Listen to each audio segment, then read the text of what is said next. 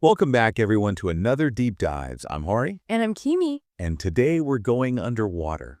Well, we're not literally going underwater, but We're going to talk about something underwater. yeah, we're going to be talking about the fascinating world beneath the waves with a creature that's sure to catch your eye and make you think. And that creature is the orange-lined triggerfish. Ooh, very nice. I like that setup. So we're diving into this topic thanks to Wikipedia's picture of the day. Did you happen to catch it? The one from February 6th, 2025? I think it did. Yeah, it was that picture of the orange-lined triggerfish, right? Taken in the Red Sea. Yes, off the coast of Egypt. Yeah. And it is a stunner, I have to say. It really is just the way that the vibrant orange lines pop against that dark body. Right. It's like an artist took a brush and just decided to create this masterpiece. Exactly. And you know what else is interesting about these fish? What's that? So they can grow up to 30 centimeters long. Okay, that's a decent size. Yeah, it's pretty impressive. But here's the thing. Their heads, they have these giant heads. Their heads make up a third of their total body length. Wow, really? Like a third of their body's just head. Yeah, and it makes you wonder, why such a big head? You know what I mean? Yeah, I mean, that's got to be for a reason, right? Like evolution doesn't just give you a big head for no reason. Exactly. It's all about function. And in this case, those powerful jaws that are housed in that big head are perfect for crushing the shells of their prey. Ah, so that's what it's for.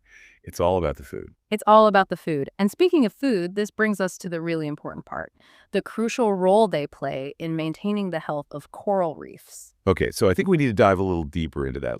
Yeah. When we say crucial role, what do we really mean? How do they actually impact the whole reef ecosystem?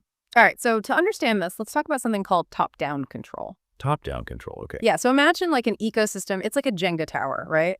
Every block represents a different species. Okay, I'm picturing it. Now, if you remove one of the blocks from the bottom, what happens? The whole thing becomes unstable, right? Yeah, it's going to collapse. Exactly. So similarly, in an ecosystem, those predators that sit at the top of the food chain, like our triggerfish friend, they have a huge impact on the populations of all the animals that they eat.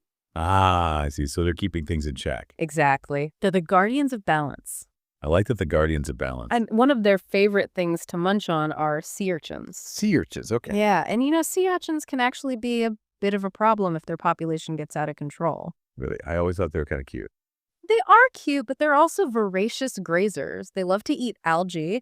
And while algae is important, too much grazing can actually strip the reef bare. It damages the coral and all the other life that depends on it. Oh, wow. I didn't realize they were such a threat to the reef. They can be so our orange-lined triggerfish, by keeping those sea urchin numbers in check, they're preventing that destruction. That's incredible. It's amazing how much impact one fish can have.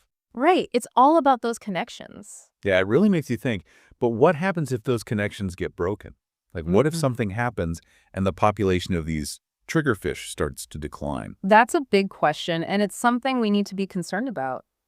Habitat loss, pollution, overfishing, all of these things can threaten triggerfish populations. And if their numbers go down, what then? Well, it's not good. Those sea urchins, their populations could explode. They start doing more damage to the coral, and that has ripple effects throughout the entire reef ecosystem. So it's like a domino effect. The whole thing starts to fall apart. Exactly. That's a sobering thought. It is, and it really emphasizes just how important these seemingly small creatures are Yeah. for the health of our planet. Absolutely. They might not be as glamorous as, say, a dolphin or a whale, but they're doing vital work behind the scenes. Exactly. They're the unsung heroes of the reef. The unsung heroes. I like that. Well, on that note, I think we'll wrap up this deep dive, but we'll leave you with this thought the next time you see a picture of a beautiful coral reef. Or maybe you're lucky enough to see one in person. Lucky you.